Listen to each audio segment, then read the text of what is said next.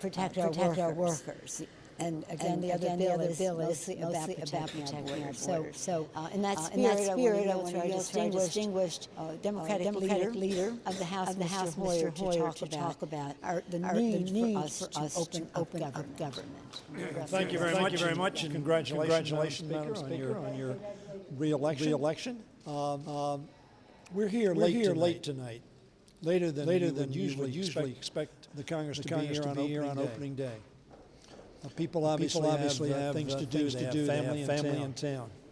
But we're here because we sense the urgency of opening up the people's government so that they can be served by the agencies of government on which they rely. And so that 800,000 people who have been put at risk, who are worrying about whether they're going to get a paycheck next week, who's going to be worried about whether they're going to be able to pay a mortgage, whether they're going to be able to pay their car payment or their child's school payment. That's why we're here. To open up government. And what have we done? As the Speaker just indicated, we have taken six bills that the Senate has passed almost unanimously. Passed unanimously out of their committee. Republicans and Democrats joined together. So we have agreement on these six bills. Nobody's arguing about the six bills. They're not arguing at the White House. They're not arguing here. We have agreement.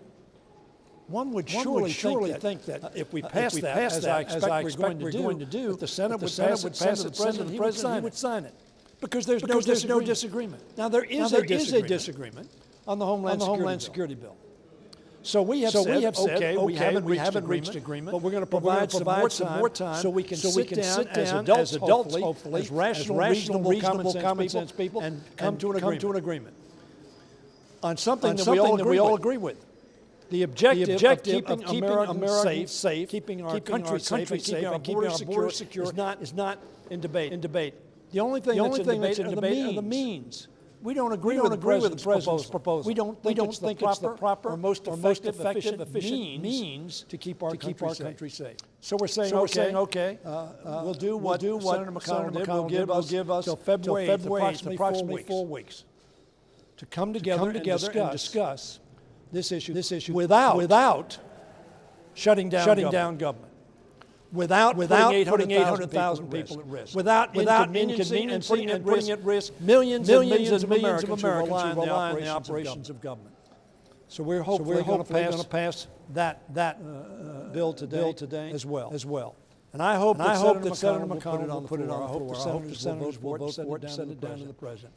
Now, the President has asked us to come down to meet tomorrow at 10:30. And we will do that. And we'll have a discussion. 11:30? Excuse me, 11:30.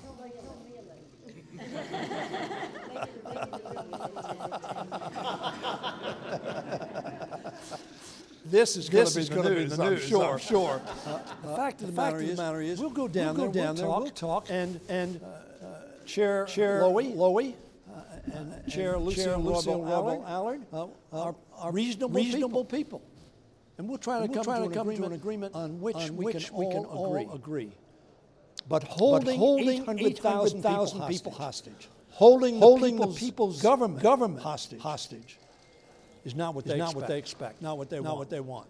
So hopefully Senator McConnell will put that bill on the floor tonight or tomorrow. Send it to the President. We will open up the people's government, and then continue to do the people's business. I'll yield to the chair of the Appropriations Committee, Nita Lowy of New York. The message is very simple. This is the first time in history that a government has been shut down while our new electors have assumed responsibility. I want to say that again, because this is the first time in history that there has been a shutdown of government as we welcome new leaders and want to work together to govern responsibly. As we came up with this plan, we didn't dream up a plan right, the left, the center. We just sat together and said there are six bills that were passed by the Senate, some by the full Senate, some by the committees, but it was unanimous. So we thought if we want to open government and not have a shutdown, let's take that bill, those six bills, pass them here, and then give everybody a month to work on differences in the Homeland Security bill. This isn't very complicated. We could all talk and give you details, but I want to emphasize again, we got together. We met with our leadership and said, how do we keep this government open to serve the people? 800,000 federal workers, people on the border, many industries now that depend on federal employees. This is irrational. So today is an exciting day. We have elected a new great first woman Speaker of the United States of America. Let's open the government and let's get to work because we have a plan that makes sense. And I'm hoping upon reconsideration it will make sense to the President of the United States unless he just wants to keep tweeting and wants the government closed. But you can't be a leader of this great nation and continue to shut the government down. Well, at the risk of being repetitive. One of our primary responsibility as we start this new Congress is to reopen the government. And as you know, the biggest obstacle to doing that has been the bill that funds the Department of Homeland Security. So it only makes sense, as has been stated, that we pass the six bills that have bipartisan support, and then do a short-term continuing resolution for the Department of Homeland Security, so that we have the opportunity not only to negotiate, but to actually get more up-to-date and accurate information as to what is needed by the department, such as the Border Patrol, in being able to address the health needs of children who are coming across the border, because we all are perfectly aware of the tragedy of the death of the two children. And so they are preparing that information for us now. And this time period will give us that opportunity to get that information. But I just want to make one other point, because sometimes the discussions seem to center between, well, the Democrats, they don't want a wall, and the President does. And why can't they just put that aside, give them some money for the wall, and move forward? The answer is there are real national security issues that will be negatively impacted if we were to do that. Even if we wanted and agreed on a wall, we still could not set aside billions of dollars and still meet the national security needs that we have here in the Homeland. And let me just give you a couple of examples. Right now, we need more customs agents because there are not enough to monitor and to be able to detect the opioids and all the contraband that is coming through the ports of entry. Contrary to what the President will have you say, they are coming through the ports of entry, not between the ports of entry where the proposed wall would be built.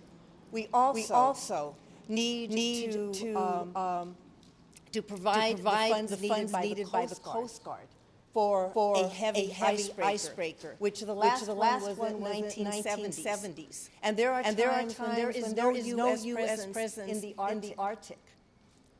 And with the melting of the ice, Russia, who has 40 or more icebreakers, there are about five heavy icebreakers, and China and other countries are starting to move into that region to be able to claim the rich resources that are there. They are taking the lead on that.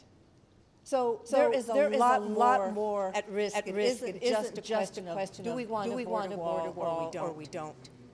By providing the kinds of money that the President is asking for is going to jeopardize our national security will not be able to meet the funding needs necessary to protect our homeland. And I could give you a whole list of the responsibilities that Homeland, the Department of Homeland Security has. It isn't just the border.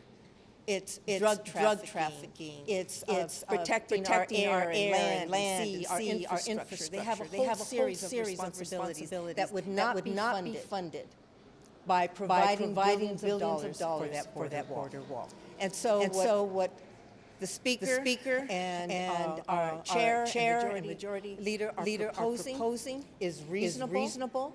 It's something that is supported both by Republicans and Democrats, and those six bills, and a short-term Department of Homeland Security continuing resolution that will enable us to continue to work with the President, who I hope will put aside his campaign promise about building a wall and look at the realistic needs that we have in terms of our national security and work with us to make sure that those national securities are met to protect our homeland. Our distinguished witnesses, the book now presiding the chair joined us. Mr. Webb. Thank you, Madam Speaker. I think that all of us are aware of exactly what the proposal is that the Democrats have made to the White House. And basically the foundation from which that is made is the fact that we ought to be able to carry on our debate over the wall of security while government continues to operate on behalf of the American people. It's a simple proposition. 6 plus 1 that proposed does that. And it allows for us to have a legitimate debate on how to go forward with border security and whether or not to build the wall. I see very little morality in visiting misery among families, keeping uncertainty in our governmental structure. While we carry out this debate, we can do both things and do it in a way that the American people, I think, plays with us as their legislative representatives here in the Congress. So I would hope that after we pass the legislation that we're going to pass, the Senate will act promptly and send it to the President, and hopefully we ought to do this within the next day or two, so that the American people can begin to go on with their lives with some degree of certainty and stability. I appreciate that. I just want to add one thing. What we're asking the Republicans in the Senate to do is to take yes for an answer. We are sending them back exactly word for word what they have passed. Whether it's to cover the agencies of government, and exactly what they passed in a continuing resolution until February 8th. Why would they not do that? Is it because the President won't sign it? Did they not hear about the co-equal branch of government and that the Congress sends the President legislation and he can choose to sign or not? But to choose to keep government shut down by rejecting what the Republicans themselves have written, not us, that the Republicans themselves have written. So there's something very wrong with this picture. It can't possibly be that the President is saying, I will never sign what the Republicans in the Senate have written. There's something very negative about the role of government meeting the people's needs and doing so in a timely fashion. Because when government is shut down, it's billions of dollars to the economy, not just for public employees and meeting their needs. It's about the economy that is affected by it. Ask any cab driver, luncheonette, or whatever when they see their receipts turned down. So we're just saying to the Senate, we didn't alter any language. We just are sending you what you have passed. Take yes for an answer. Open up government. Give us a month for us to negotiate what this package could be to protect our borders. Because border security is a priority that we all have. It's a responsibility that we have take an oath to protect and defend. So you can't say if you're not for border security. That is a very false statement. So you have already done. Open up government. Let's have an adult conversation about how we protect our borders. And let's listen to people who know what they're talking about, like Congresswoman, Madam Chair Lucille Roybal-Allard, about what the opportunity cost is of spending $1 billion on a wall. Madam Speaker, at some point, do you have to give the president what he wants, if only because there are hundreds of thousands of federal workers who can't afford to go without a paycheck anymore? The president cannot hold public employees hostage because he wants to have a wall that is not effective in terms of its purpose, not cost effective in terms of what the opportunity cost it is of federal dollars to spend. And the president has said Mexico's going to pay for this. Come on, let's anchor ourselves into reality. Mexico is not going to pay for this wall, so no. Speaker Pelosi, thank you. What about, Mitch McConnell said just this afternoon, he said, let's not get off on the wrong foot with House Democrats. He's essentially portraying these two bills tonight as messaging bills. Do you view that as him trying to set up the House as a foil? So he can say, wait a minute, they're just off on... You're going to have to ask him. Is there any situation in which you would accept even $1 of wall funding for this president in order to reopen the government? $1? $1. So $1? Yeah, $1. How high was you willing to go? Are you willing to go? No, Are you you willing said to spend? $1. You said $1. So how high are you willing to go? Well, that's not your question. You said $1. I'm My answering your follow-up question. question is, But the the fact president wants to cut a is, a deal. wall is an immorality. It's not who we are as a nation. And this is not a wall between Mexico and the United States that the president is creating here. It's a wall between reality and his constituents, his supporters. He does not want them to know what he's doing to Medicare and Medicaid and Social Security in his budget proposal. He does not want them to know what he's doing to clean air and clean water and the rest in his Department of Interior and of EPA. He does not want them to know how he is hurting them, so he keeps the subject on the wall. He's a master of diversion. We're trying to open up government. We're giving him a mature path to do so, not in our language, but in the Senate language. I'm just going to take one more question. You remember a time in this body where leaders at both ends of Pennsylvania were willing to put country above party.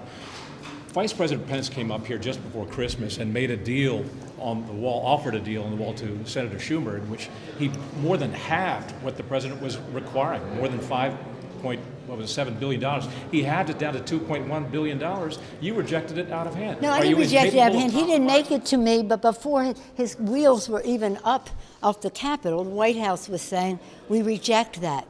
We're not going below $5 billion. So, I mean, if you want to tell that story, tell the whole story. The White House immediately said, now they're saying $5.6 billion. So they weren't even on the level with the vice president's offer that he made. And so if you want to, again, say something about it, go to them and say, why don't you stick with what you offer? The president said on January 9th, 2017, in the White House, in public view, many of you were in that, I don't know if you were, but your affiliates were in that room. And he said to the senators, this is what I want, bring it to me in bipartisan way and I'll sign it. He said that publicly, and then he walked away from it. He had a meeting with Chuck Schumer and me on the subject of the Dreamers. He said he would do this or that, and then he walked away from it. So understand this, you can't have an agreement that people are going to walk away from, and that is what they did time and time again. Over each other. You're not negotiating in any way. We're not doing a wall. Does anybody have any doubt about we're not doing a wall? So that's Are you it. worried about backlash? Are you worried about backlash? No, it has for nothing to taking do it? with politics. It has to do with the wall is an immorality between countries. It's an old way of thinking. It isn't cost effective. And the fact is, as Congresswoman Lucille Allard said, there are things we could be doing at the ports of entry. First of all, if you want infrastructure, we need more infrastructure at the ports of entry. If you want to detect drugs, as we all do, then there is a technology that can scan these cars coming through. We're spending about $40 million. We should be spending about $300 million to do that, and that's by the Border Control people's own numbers. So there's so many things that we can be doing to maintain who we are as a country. You don't live on the border, maybe some of you do. It's a community with a border going through it. And if they're saying that these drugs and this or that are largely coming through the ports of entry, beef up the ports of entry to do that. But there's no reason. The wall, in my view, is an immorality. It is, again, a waste of money, an opportunity cost to protect the American people. But it is a diversionary tactic on the part of the president. And now he wants to use the shutdown of government as taking these public employees, and not only them, but the people who are served by them, hostage to his wall. Thank you all very much. Thank you.